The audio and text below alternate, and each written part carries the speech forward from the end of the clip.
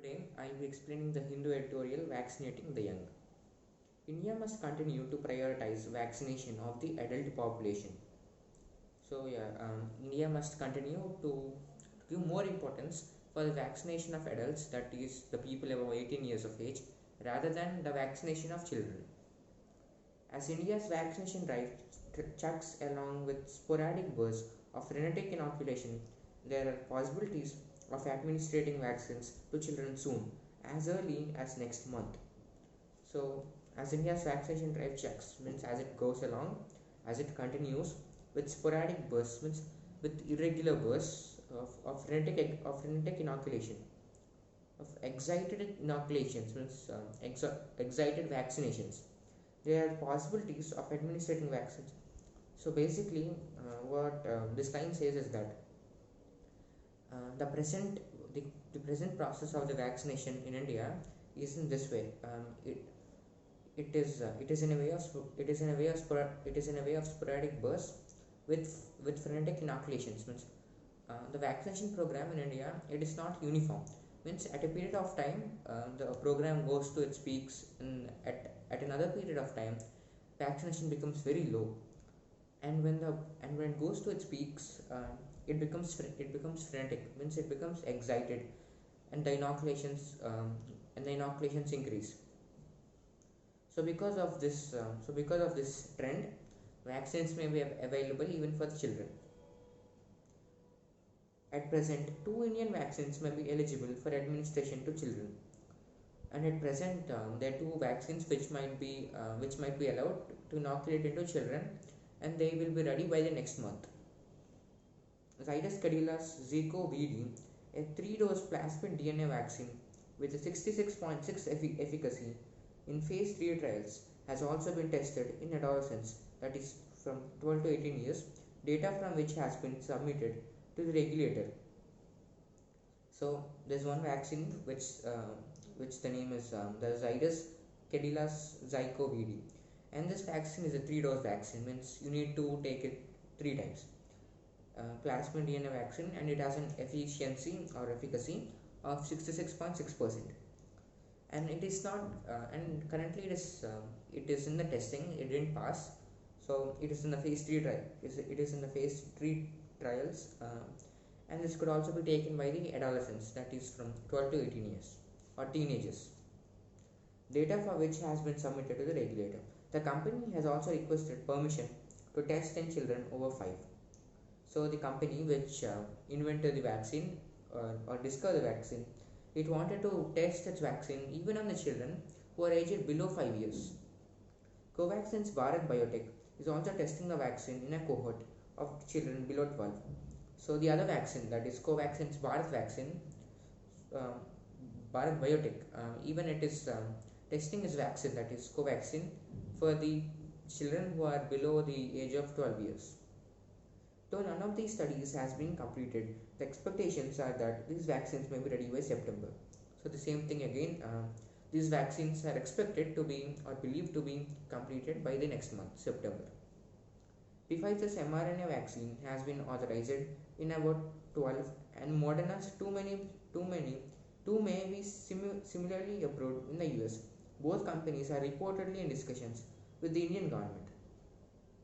So, Pfizer and Moderna, these two vaccines have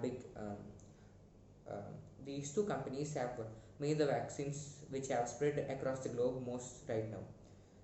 And these two companies are very famous, and Pfizer and Moderna, they are also creating new vaccines for the children who are under the age 18, and these vaccines have been approved in the US, but not yet in our country. Young children are at the least risk of hospitalization and death from COVID-19, but are capable of being infection carriers and putting older caregivers at risk.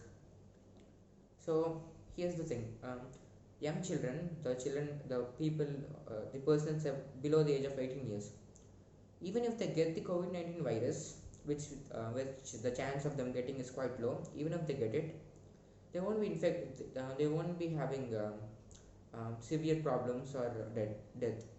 But one problem is that they'll be acting as carriers of the virus. So they can give the virus to their parents or to any elders. So when they contract the virus, obviously they're going to have severe consequences. So the so whether we should give the vaccines to teenagers or to adolescents or to children is a debatable topic. This undergirds the difficult decision by the governments to continue with school closures that has brought forth unprecedented challenges such as denying many Indian children access to quality education. So, and this also raises many problems. So we could do one thing. The first thing is that we could vaccinate the population of children, and the second thing is something which we are already doing, online education. We can close the schools and we can educate the children from in through online process. But many of the children in online education are not getting good quality education. From the global experience so far, the broad principle is that if an effective vaccine is available, it must be administered irrespective of age. So, what the current idea is that if vaccine is proved of its efficacy, irrespective of the age of a person, it should be vaccinated to everyone. However, it is also true that the vaccines are far more effective at protecting from diseases than infection. Because children and adults respond to the virus differently, it still remains to be seen whether vaccinating children as a prerequisite to opening schools actually brings down overall rates of infection. So yeah, the definition, the decision is still not made by the government whether to vaccinate the children population of India or to just keep the closure of the schools and continue. Countries that have vaccinated those about 12 and have fully opened up are also those boasting high rates of adult vaccination. Many countries around the globe have prioritized it. That means they have given more importance to the vaccination of the people who are above the age of 12 years. So those countries are the countries which have the highest percentage of vaccinations. In India, only around 10% of all the adults have been fully vaccinated. India already has a challenging target of fully inoculating all adults, 94.4 crore by the end of the year. So, currently, right now, out of the entire adult population of India, only 10% is inoculated. And by the end of the year, it has a target of vaccinating 94.4 crore persons. So, in order to do that, India should put its focus on vaccinating the adult population if it wants to reach its target. A key constraint has been the Covaxin. Its manufacturer has been unable to ramp up monthly production to its stated nearly 6 crore doses. So, the Bharat Biotech promised us that at least it believes that by the end of the next month, by September, the vaccines will be ready for the children. But in reality, that's not the case because they have not been able to increase the speed of the vaccination so that they could reach their deadline or the deadline which they have given.